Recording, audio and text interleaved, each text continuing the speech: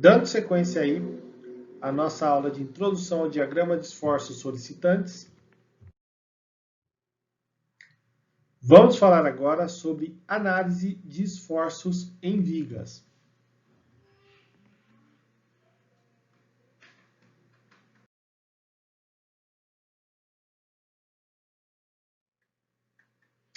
Bom, a primeira coisa que a gente tem que ver aí, tá, é quais são as características de uma viga, tá bom? Primeira característica é a dimensional, tá? O que as vigas são? São barras longas, retas e com área de seção constante, tá? Isso é uma determinação básica de viga. Lógico que hoje a gente vê situações em que a viga ela pode ter uma variação dimensional, tá? Mas isso é um caso assim mais estético, né? Se a gente for ver realmente as vigas como ditas para uso estrutural, a sua área de seção ela é constante. Uma outra característica das vigas é que seus carregamentos são perpendiculares, tá? Geralmente o que mais acaba influenciando no esforço de viga. Você pode ter carregamento paralelo? Pode, mas não vai dar tanta exigência em cima das vigas, mas sim os perpendiculares. Quando não, os perpendiculares sempre são os que se preponderam em cima dos carregamentos, não tem nenhum tipo de carregamento paralelo. E esses carregamentos podem ser constantes ou variáveis. O que é carregamento constante? Tá?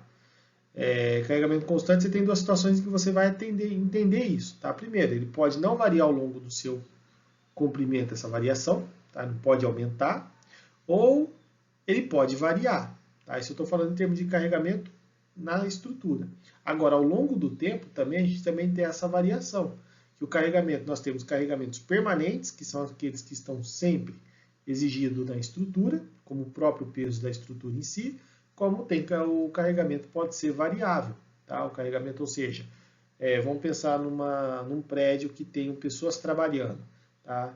Então, durante o horário de trabalho, aquela estrutura, além do peso próprio, que é o constante, ela vai ter o variável, que são as pessoas que estão transitando ali. Depois que passou o expediente, essas pessoas não estão mais lá. Então, ou seja, se houve uma variação do carregamento em cima dessa estrutura. É uma coisa muito comum de ocorrência nas vigas. Tá? E o próximo aí que nós temos é a vinculação. Tá? A vinculação tem uma influência muito grande nos esforços internos, tá? Ou seja, o que vai preponderar um comportamento de característica da curva, ou inclusive as forças de reação, está ligado diretamente ao tipo de vinculação que nós temos. Inclusive, até na metodologia de análise, a vinculação vai acabar influenciando. Então, é só para a gente poder ver, né, que tipo de situação de estrutura que nós podemos ter de vigas. Nós temos aqui uma viga engastada, tá? Com carregamento contínuo, como nós podemos ter a mesma estrutura engastada, só que ela tem um comportamento variável, que ela começa no máximo no ponto de vinculação e vai decaindo até a sua ponta externa não ter carregamento. Ou nós podemos ter também, em vez de ter uma variação do carregamento, uma variação do tipo de vinculação. Em vez de ela ser engastada e todas as três reações estarem em um ponto só, ela pode ter a sua estaticidade garantida em dois pontos, com um apoio fixo e um apoio móvel. E isso vai influenciar no nosso estudo de diagrama de esforço solicitante. Bom, então para a gente poder entender melhor isso que eu estou falando, para poder ter uma ideia de como isso funciona, vamos fazer uma análise aqui. Tá? Vamos pegar um exemplo. Peguei essa viga aqui. Ela tem carregamento em dois pontos. Tá? Ela é uma viga biapoiada, estática, isostática. Né? Qual que é o diagrama de força cortante? Para essa situação, ele tem esse comportamento. Ele tem os dois pontos máximos no ponto de apoio, tá? E ele é uma reta decrescente. Se eu fizer uma análise do momento fletor, o momento fletor ele é uma parábola, tá? Em que o ponto máximo de ocorrência dessa parábola, o momento fletor máximo, ocorre no ponto mediano, justamente onde eu tenho uma força cortante igual a zero. Eu tenho o momento fletor máximo. Tá? Então, é um exemplo de que, como eu falei inicialmente na parte anterior, de que nem sempre aonde ocorre a força cortante máxima é o mesmo ponto do momento fletor máximo. Agora vamos pegar a mesma estrutura, só que agora eu só vou mudar a vinculação. Em vez dela ser biapoiada, ela vai ser uma viga engastada. Como que vai ficar a força cortante? Ela já vai ter esse comportamento. É como se eu tivesse pego a minha curva e arrastado ela para baixo. Tá bom? Em que eu tenho o ponto zero aqui, não tem nenhum esforço, e o momento fletor máximo está concentrado aonde? Onde eu tenho engastamento da minha estrutura. Se eu pegar agora para poder fazer a análise da curva, ela já não é mais parabólica. Tá? Ela tem esse comportamento aqui. Tá bom? Uma parte da parábola ocorre. Então você pode ver que eu só mudei a vinculação da minha estrutura, o meu esforço solicitante foi totalmente diferente. Aqui eu tenho dois pontos de força que estão distribuídos em metade a metade. Aqui eu tenho só um ponto de esforço total, que ficou concentrado. Ok? Aqui nós temos um momento fletor que ocorre bem no ponto mediano da nossa estrutura. Nesse caso aqui, o nosso momento fletor ocorre onde tem o engastamento da estrutura. Ou seja, agora os dois pontos onde ocorreu o momento fletor e a força cortante máxima estão justamente no mesmo ponto. Só mudando a vinculação, percebam como que eu tenho uma variação do comportamento de esforço interno da estrutura. Bom, no slide anterior a gente viu que o carregamento era distribuído, né? Então, força cortante e momento fletor ocorreram em regiões onde tem a aplicação de carga, né? Agora vamos pensar numa situação onde eu tenho um carregamento pontual. A pergunta que eu faço é o seguinte: o esforço máximo irá ocorrer sempre que o carregamento estiver sendo aplicado na estrutura, né? Então aí dá uma de preguiçosão, né? Não, onde está o máximo onde está o carregamento aplicado, é ali que é o ponto máximo, é ali que eu vou fazer o meu projeto, né? Vamos analisar direito isso daí, se isso realmente ocorre ou não. Vamos pegar esse primeiro caso aqui. Eu tenho uma viga que tem um carregamento pontual no meio dessa, no meio vão da viga, tá? Então o que eu tenho? Eu tenho aqui que o gráfico de força cortante vai ser essa situação, ok? E o meu momento fletor vai ter esse comportamento, tá? Para um carregamento pontual. Vejam que aqui eu já mudei até o formato da nosso tipo de curva, tá bom? Vejam que onde ocorre o carregamento, nesse caso aqui, está ok. Aonde ocorreu o ponto de carregamento, eu tive os maiores esforços. Então, aí um exemplo disso daí, quando você faz um ensaio aí de flexão, né, que mostra onde ocorreu a aplicação da carga, é onde a nossa viga se rompeu. Agora vamos mudar a configuração. Eu vou agora engastar minha viga num ponto e vou aplicar uma carga no outro lado, na outra extremidade da nossa estrutura. O meu V de x, ele é contínuo, tá? E ao mesmo tempo ele ainda mostra que no ponto onde ocorre a aplicação do carregamento, tanto na vinculação, como ele é constante, é onde está a aplicação da estrutura. Porém, nosso momento fletor máximo já não é no mesmo ponto. Onde ocorre o momento fletor máximo? Onde eu tenho engastamento da minha estrutura. Então, quando eu tenho essa viga aqui que está sendo aplicado esse carregamento, ela vai aumentando, aumentando até o ponto aonde ocorre esse momento fletor máximo. Como que a gente pode ver isso numa estrutura? É um caso um pouco engraçado, né? Acho que o pessoal estava um pouco no excesso de peso, foram passar por uma ponte que ela estava só presa em um determinado ponto, estava com excesso de gente. O que aconteceu? No ponto aonde estava engastada a nossa estrutura, ela veio por água abaixo, né? Espero que todo mundo saiba nadar ali, né? Mas deve ter sido um leve desespero da turma, tá bom? Então percebam que aonde ocorreu a ruptura da nossa estrutura é onde estava a vinculação. As pessoas que estavam mais na extremidade, né, acabaram cedendo. Não foi aquela parte da estrutura que acabou tendo a sua ruptura. Então, nesse caso, a gente percebe que nem sempre aonde está o carregamento aplicado, é onde vai ocorrer realmente a ruptura. Então, a gente tem que estudar todos os casos e não apenas chegar e falar como conclusão que é onde o carregamento está sendo aplicado.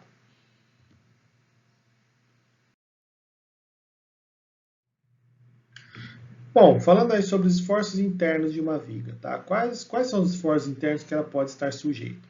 Tá? Então, uma viga carregada, ela desenvolve esforços internos como resposta aos esforços externos. Tá? Então, você tem aí uma viga que ela sofre um tipo de carregamento. A resposta dela para ela suportar esse carregamento são seus esforços internos, que a gente traduz isso como uma tensão. Tensão, como eu falei em mecânica dos sólidos, ela é o quê? Ela é uma resposta à força que é aplicada em cima de um corpo. Os seus esforços externos, ela responde como uma forma de tensão, tá? E numa estrutura, como que isso se traduz?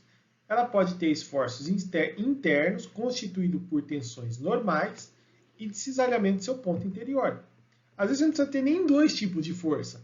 Uma força apenas, ela consegue transmitir esforços por tensões normais e esforços de cisalhamento. Tá? Então nós temos aqui uma simulação computacional que mostra uma viga fletida. Tá? Quando você vai fazer o cálculo dela, você tem as tensões de von Mises, né? Essas tensões de von Mises indicam, na verdade, quando você tem a somatória aí das tensões, quando elas estão no mesmo eixo. Tá? Quem quiser lembrar disso daí, eu comentei de tensões de von Mises lá na parte mecânica dos sólidos, quando a gente entrou na parte 3 do curso, que aí tem o círculo de Moore, assim por diante, eu acabei comentando em respeito às tensões de von Mises. Tá bom? Quem quiser lembrar, dá um pulo lá. Bom, então vamos analisar melhor essas tensões que são desenvolvidas.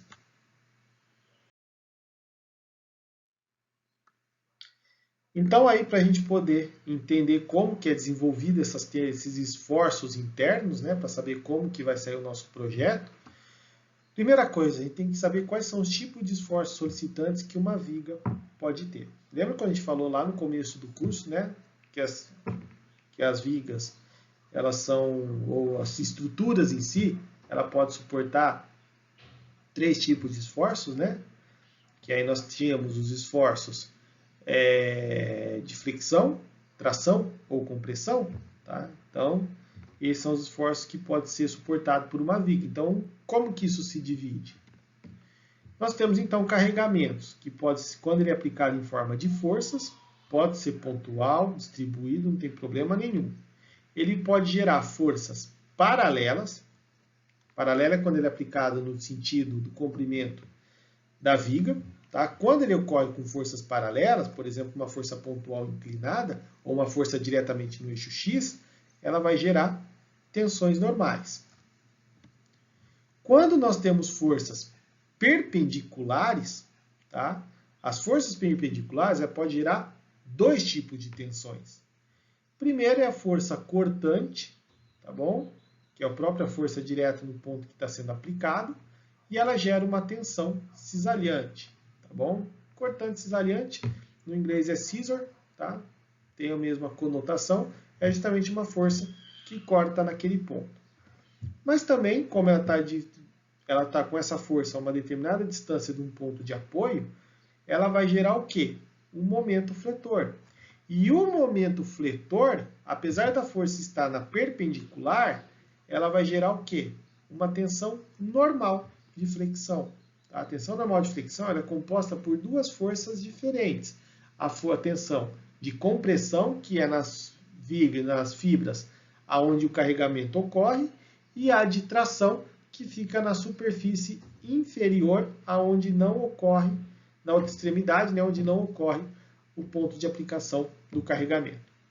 Uma outra forma da gente poder também solicitar uma estrutura é, em vez de aplicar carregamento, nós aplicarmos momentos binários de forma direta. Tá? Então ele vai gerar o quê? Vai gerar momento fletor, e o momento fletor vai gerar tensão normal de flexão.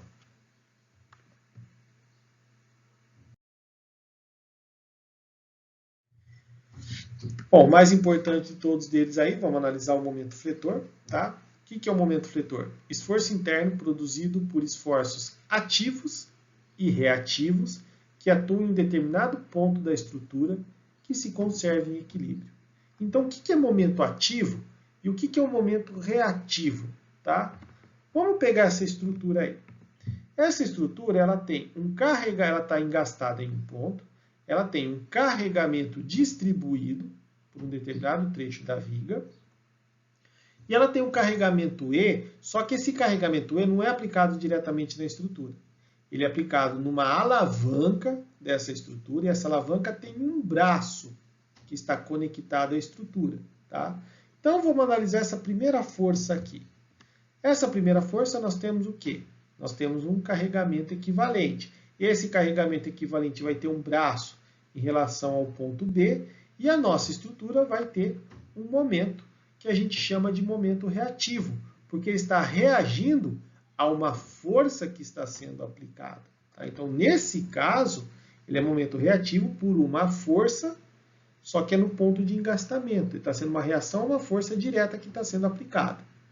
No segundo caso, como nós temos essa alavanca promove o momento. Ele promove o giro dele. É como se eu colocasse um momento, um ponto de rotação na estrutura naquele ponto em análise que é o ponto D. Tá bom? Então, esse tipo de situação a gente chama de momento ativo. Tá? Ou seja, nessa estrutura aqui, ele acaba provocando um momento naquele ponto. Aí, quando você vai fazer uma análise de estrutura, você tem que considerar esse ponto também na parte de momento fletor. Tá? Apesar daqui também ter um pouquinho da parte de esforço, de força cortante, mas se eu tivesse apenas um ponto de momento aqui, o momento não gera força.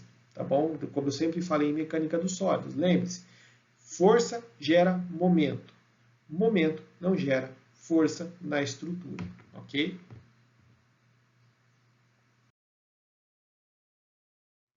Bom, em termos de força cortante, o que ela é? Ela é uma componente perpendicular ao plano principal da viga. Tá? Ela é a força resultante dos esforços externos projetados sobre uma determinada seção da viga. Tá? Então, como é que funciona isso? Tá? Vamos pegar uma estrutura em que eu tenha vários pontos de carregamento, vários carregamentos pontuais. Como que funciona essa força cortante? Primeira coisa que eu tenho são o quê? São as reações em cima dessa minha estrutura, porque essas reações também são perpendiculares e pode gerar força cortante. Se eu for analisar, fatiar ponto a ponto essa minha estrutura, tá? Então, vou pegar até esse ponto aqui. Então, eu tenho esse ponto da minha estrutura, tá bom? Passando aqui para baixo, eu vou ter o quê? Eu vou ter a força de reação. Essa força de reação vai ter ali uma força cortante que vai provocar. Agora, vamos pegar um próximo trecho. Tá? Então, eu tenho aqui a força cortante. Eu tenho já esse ponto que eu estou analisando. Estou só passando um pouquinho na frente, só para poder entender como que é a variação da força cortante. Mas como que isso funciona, a gente vai aprender na próxima aula, tá? Não precisa ficar desesperado nesse momento, não. É só para poder compreender o que seria a força cortante. Então, eu tenho essa força aí que eu estou trabalhando. E eu tenho, como eu não estou pegando até onde ocorre, um pouquinho para trás ali de onde ocorre o carregamento, a resultante dessas duas forças ainda gera uma pequena força cortante. E agora vejam que essa força cortante ela foi o quê? Diminuindo. Né? Vamos pegar mais um trecho da nossa viga para análise. Agora eu vou pegar esse trecho aí e vou analisar ele. Eu tenho mais um carregamento nessa estrutura. Agora, a minha força cortante, ela mudou de sentido. Por quê? Porque a soma dessas duas aqui já ultrapassa a força de apoio externo da viga. Tá? E, finalmente, pegando o último ponto aí de análise, eu vou ter esse ponto. E agora eu vou ter uma força cortante maior em sentido contrário. Tá? Então, a força cortante ela é variável ao longo da viga e vai depender de como esses carregamentos são aplicados. Ok? Bom, turma, dá mais um intervalo aí da nossa aula, tá bom? Vai lá, toma um café, uma água, descansa um pouco e a gente volta depois para dar continuidade ao nosso estudo. Um grande abraço e até lá!